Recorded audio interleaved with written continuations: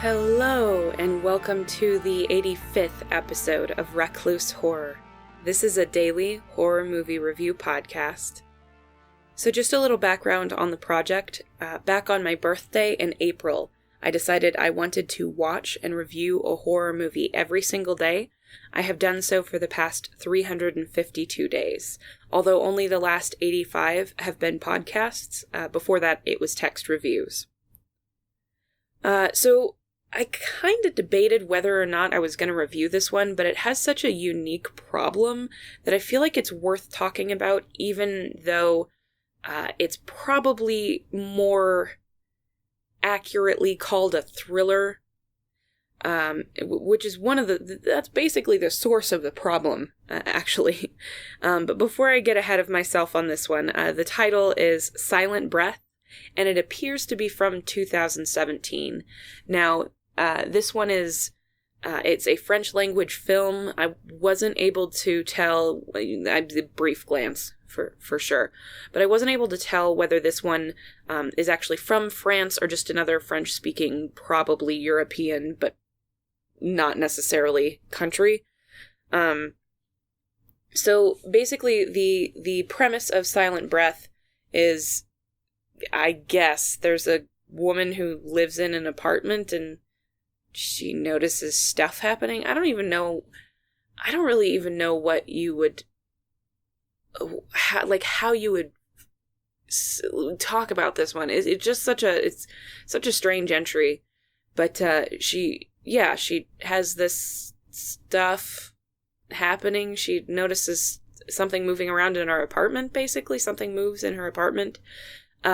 Which sounds like it could be a horror movie premise, but I assure you, this is pretty much a thriller. Now, okay, I guess before I really get into the crux of that, I should talk about the other elements. The acting is fine. I wouldn't say that it was great. The dialogue, it doesn't appear to be translated very well, but it's pretty simple dialogue. I do actually speak a tiny bit of French. I took it in school 1,000 years ago, but I can still kind of hear stuff, and it seems like pretty naturalistic dialogue, at least from what I can hear, but what's being translated seems kind of weird. It just seems slightly off from what they seem to be actually saying, and it sounds very unnatural, the way things are phrased in the translation that is available in English. So I take that for what you will. It probably, in its natural state, the dialogue is probably fine and, fits with what's happening. But as far as the subtitles are concerned, it's very, very bizarre. Just a little, every sentence feels just a touch off. The lighting in this is pretty interesting. I don't know if I would call it good exactly. No, there's a few moments that are legitimately good with the lighting. But it's definitely not true to life, and it's not trying to be. So it's totally fine. The location in which everything is filmed is nice without being like terribly distracting or anything. So I would count that as a positive. There is a specific piece of set dressing that's pretty neat. And it's kind of the only bit of character that exists in it, and it is supposed to draw your focus, and it does. So, that's very effective. The story itself is laid out in kind of a weird way. Not necessarily weird good. Some parts of it are kind of confusing. It jumps to things that it doesn't really explain very well, which is one of the reasons why it's so hard to synopsize, because they don't make it abundantly clear exactly what follows what and by how long it follows it, or why some of the things that are happening. It's all just a little bit off in a way that doesn't really feel intentional. It just feels like moments are missing from this that would fill in these gaps, that they just didn't put in the movie for some reason. Whether they weren't able to film them, I don't know. Or maybe they did film them and the film quality, something about it, they couldn't use it. They found it unusable. No idea, but there's definitely some stuff that would make this a lot clearer what's going on if they had included it. That doesn't feel like it would have bogged down the film time very much. I don't really know. I don't really know that there's very much else to say except for to start talking about the problem. I guess this is going to be a pretty short episode. It's what it sounds like I'm saying right here. The real problem with this one is that it really wants to be a horror movie, and it really isn't. Now, if you go and look this up on YouTube, what you'll see is that it shows it as horror thriller. So, I mean, I don't feel sore that I watched it and it was a thriller. It definitely has thriller in there. But it definitely wants to be a horror movie when the story that they're presenting is not a horror story. Now, how they present it is very, very much a horror film, which is why I kind of counted this one and decided I was going to review it. I almost watched another movie, another short film, and reviewed that instead. But then, I took a break and I was like, no, I kind of want to talk about this. So there are a couple of films that I've seen this happen with. In fact, funny enough, one of them was a French film, where it was definitely a thriller story, but it was all the aesthetics, all the way they tried to build tension and everything was using horror techniques, which sounds like it might be interesting, but really it always feels out of place. The soundtrack is one way in which it's definitely trying to be a horror movie. It does not have the tense, really sharp, soundtrack that you get out of a thriller, where it'll have those high violin moments and stuff like that. The sound, I can't even describe it. Just the high violin sounds that they use to punctuate things, and whenever something's happening in a thriller movie, what it's instead using is definitely horror movie type music, where it's more dramatic and trying to seem kind of frightening and doing this a lot, rather than oh my god, these really sharp sounds and quick sounds and stuff like that. It doesn't really have that. The lighting, as I had mentioned before, also is trying to build in horror. There's some very strong colored lights, again, that aren't trying to be realistic to life or to what's happening. But again, that very extra dramatic lighting is not really, in most cinema, something that you associate with thrillers. And I have seen a few French thrillers. I've never seen them do anything like that with the lighting. Definitely feels like horror lighting. They're just trying to make things dramatic and frightening with the lighting. Probably the biggest problem and the biggest thing that this one kind of plays the line between something that you might see in a horror movie and something you might see in a thriller, but it's not done very well, is the camera work. Now, it's funny because I brought it up in the last episode, but the camera is just kind of whipping around. I brought this up in the last episode, not because that movie that I reviewed yesterday had it, but it's something that can happen if you're not like a good cinematographer, if you're not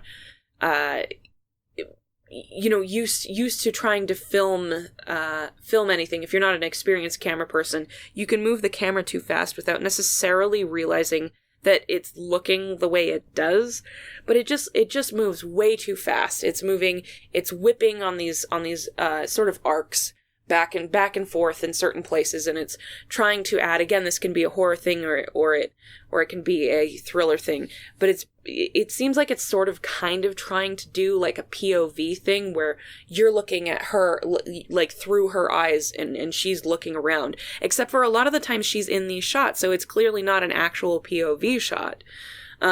So I don't know. And even if you were to do these sorts of quick, sharp, or not even sharp, but these quick camera movements, you wouldn't do it in this way. You would do it in a more sharp, snap to something sort of way, unless you were specifically doing a real POV shot, and then it would be much more smooth anyway, and until like one moment when she hears something behind her or something, and she looks and she whips, and it would just be one straight whip. It wouldn't be in this weird arc.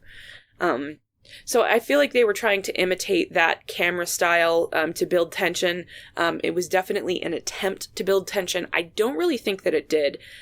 That all being said, even though it didn't really fit in and it did make it look more unprofessional than it probably had to, I still kind of liked it, which is a weird thing that I can't really explain. I think between the colors and what was happening on screen at the time and all of this stuff, those camera angles, they definitely don't belong in a film. And I think if you have the choice between having the proper camera work in the traditional sense in this film, because it is a pretty traditional story. In fact, it's a story that I've seen a couple of times before, once you actually realize exactly what's going on.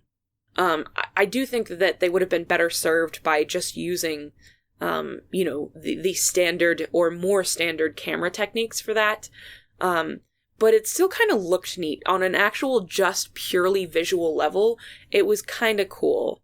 They used it a little bit too much. I would say the last half or so of the film kind of uses a lot of that. It's too much, and it would probably make you sick if you weren't feeling well and had a particularly big TV that you were sitting in the dark with. It might actually make you a little sick. I don't know.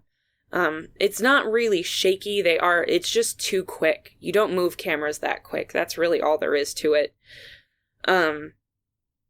But yeah, purely visual level, I like it. As far as how it serves the story or serves the aesthetic or any of that, not really necessarily what I think they were aiming for here. The story itself is a little, again, it's a thriller, and I do enjoy thrillers. It's kind of an interesting story a little bit. The way it's presented, though, kind of makes it feel, it doesn't really have too many details that set it too far apart. I do feel like some of the characters do not behave in a manner that befit their situation, I'll say. And that gets tired, obviously, if you watch a lot of thrillers or horror movies. And I used to watch a lot of thrillers. I haven't watched anything but horror movies for like 1,000 years at this point, it feels like. So I don't, I'm not up to date on those. But I really don't like new thrillers as much anyway. But regardless, anyway, I'm just getting way off topic here. If you watch a lot of thrillers, you can end up with this feeling that, like, pretty much there's just a few types of them and they're all kind of repeated. This is a literal story that I've seen in thrillers before, and that's kind of fine. That happens a lot with stuff. But because there's not really too much of interest to set this apart from other thrillers, I just personally, I didn't super enjoy it, especially how oddly the story is told. Now, all that said, I would definitely be willing to watch something else that these people put out. This isn't something that would turn me off of something else, and in fact, that weird camera stuff is as weird as it was and how not movie worthy it kind of was. It does make me sort of interested to see how they would do something else. And there are a few other horror things on their page, or what appear to be horror films on their page. So at some point in the near to middling future, something like that, I may actually decide to, I may actually decide to watch something else of theirs and just see if there's any other elements in there that feel like they don't really fit in and how they don't fit in, because that in and of itself is pretty interesting. Like I said, that's why I decided to talk about this one.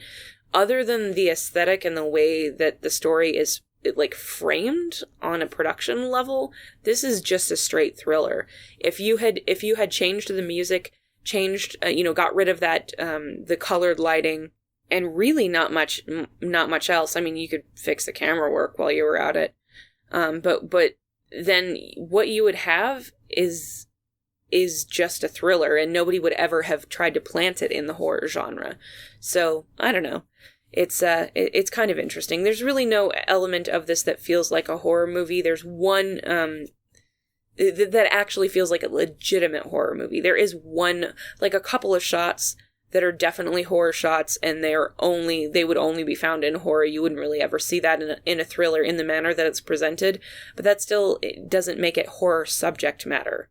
It just so happens to be one particular thing there. That kind of places it like, okay, that's a horror shot. I could put this into a horror movie and nobody would think it felt out of place, if that same context was brought up. So, yeah. I really would be interested to know why they decided to frame it this way. They are, however, French language, and my French is not good enough to actually, like, send them a message of any kind and get any kind of a response. But for no reason did this have to be filmed or framed in this manner or used, basically having a horror movie shell around a thriller. So I'd be really interested to know why they did. Beyond that, honestly, like, that's pretty much all I have to say. It's not bad.